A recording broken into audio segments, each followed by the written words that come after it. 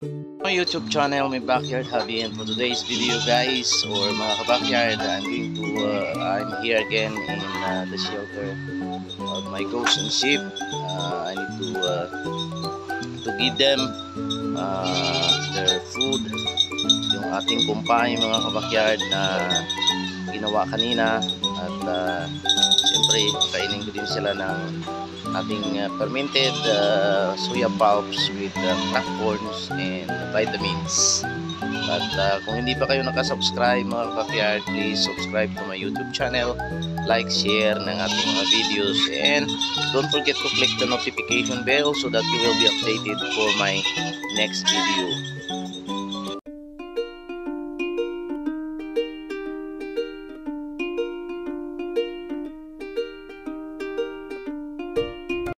Soya pulps yan mga kabakyard, ubos na.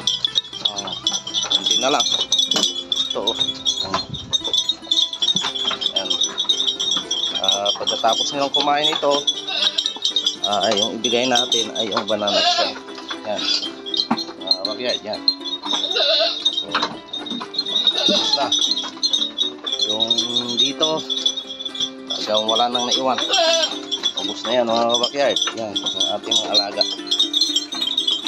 Ito naman mga kabakyard yung banana trunk, at ito yung sinasabi ko mga kabakyard, yung pinaka puno, yan yung pinaka ilalim, yan yung pinaka gusto din nilang kakainin. So ito ay hinaluan ko lang mga kabakyard ng asin, hinaluan natin ng molasses, at saka ito yung ipakain natin sa kanila ngayong umaga. So pakita ko sa inyo mamaya kung paano nila kakainin. Mamaya tingnan nyo ating alaga, kaya na nila banana trunk na ating slice para sa kanila today or this morning. Ito yung ating ayaw nilang makainin yung iba.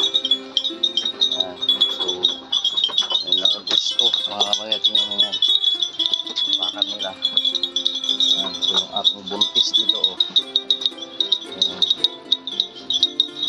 mga backyard.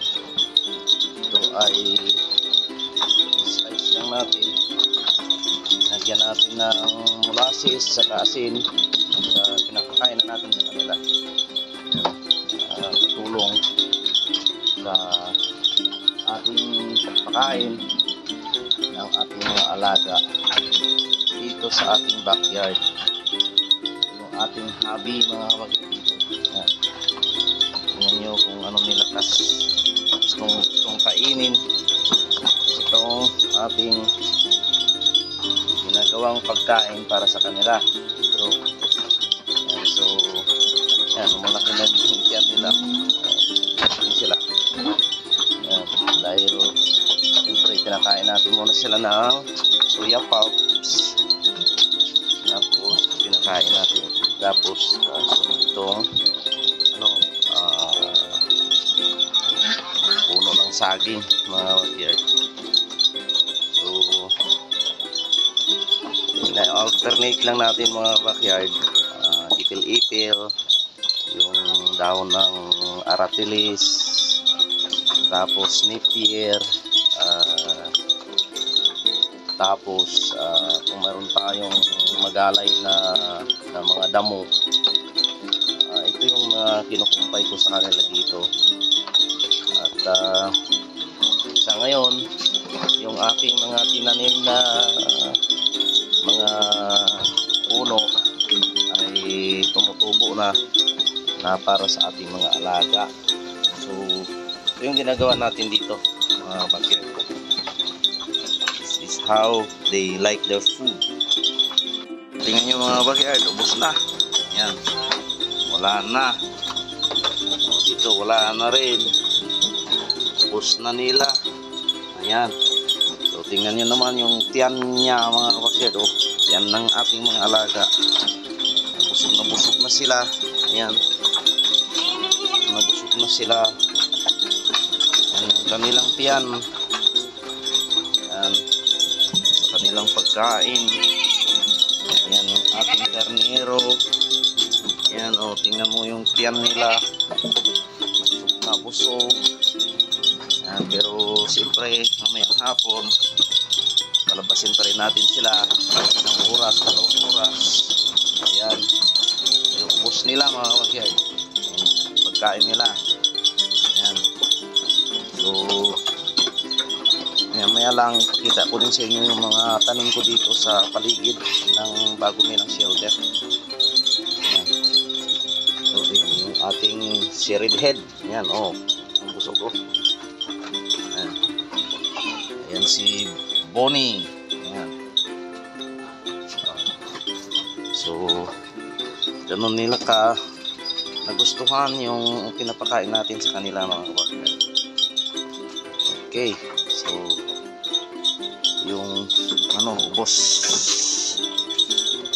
mga kabakyard. After na pinakain natin kanina sila ng kumpay, kanilang pagkain kaninang umaga, so ngayong hapon kapastol na naman natin sila mga kabakyard.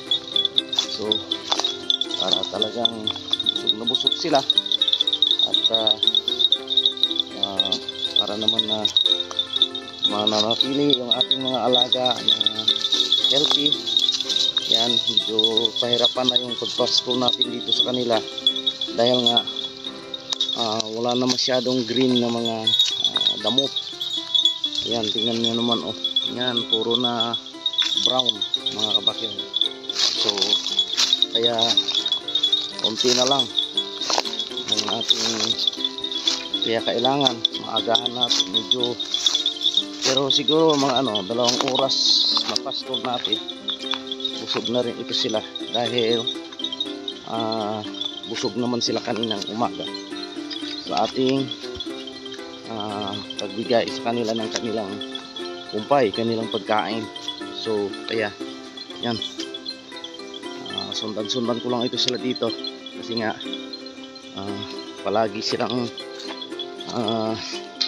hindi sila pumipermi sa isang lugar lang dahil nga siyempre hanap sila ng green leaves na pwede nilang makain. So ito yung pinaka-paborito nilang corner dito kasi nga maraming tumutubo na green. Yan, yung mga vines dito sila palagi pumipermi. Yan, saka mayroong nagtatapon ng balat ng mais dyan sa gilid. Yan, kaya doon sila. Yan mga kabakyard, yun yung ating mga alaga. Ayan, doon sila sa corner kain. So ito lang ginagawa natin dito sa ating mga alaga, yung paraan natin para na maalagaan sila ng maayos mga kabakyard. Ito lahat na corner mga kabakyard,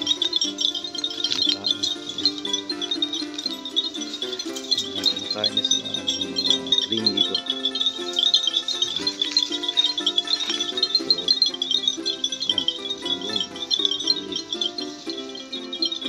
ito yung ating ginagawa sa kanila, kumpay sa umaga, pastol sa hapon. Kasi nga mayroon tayong trabaho. Yan, so kung talagang busy, pinapapastol ko sila sa ating kasama dito. Mayroong tao tayo dito na pinapapastol natin sa kanila. Talagang busy ako. Yan, nakauwi na kami magaling pastolan at yan, dito na sila sa kanilang shelter ulit. At yan, tingin mo mga kabakyard, busog na busog sila. Yan, yan mga kabakyard, tingnan mo itong si Speaker, yan niya, saka yung ating boa. Yan, so busog na sila. At dito ko na lang na naman tatapusin yung ating video. Dito nagtatapos yung ating araw sa ating mga alagang kambing. Maraming salamat sa inyong suporta at happy farming or goats farming everyone. Bye bye, God bless.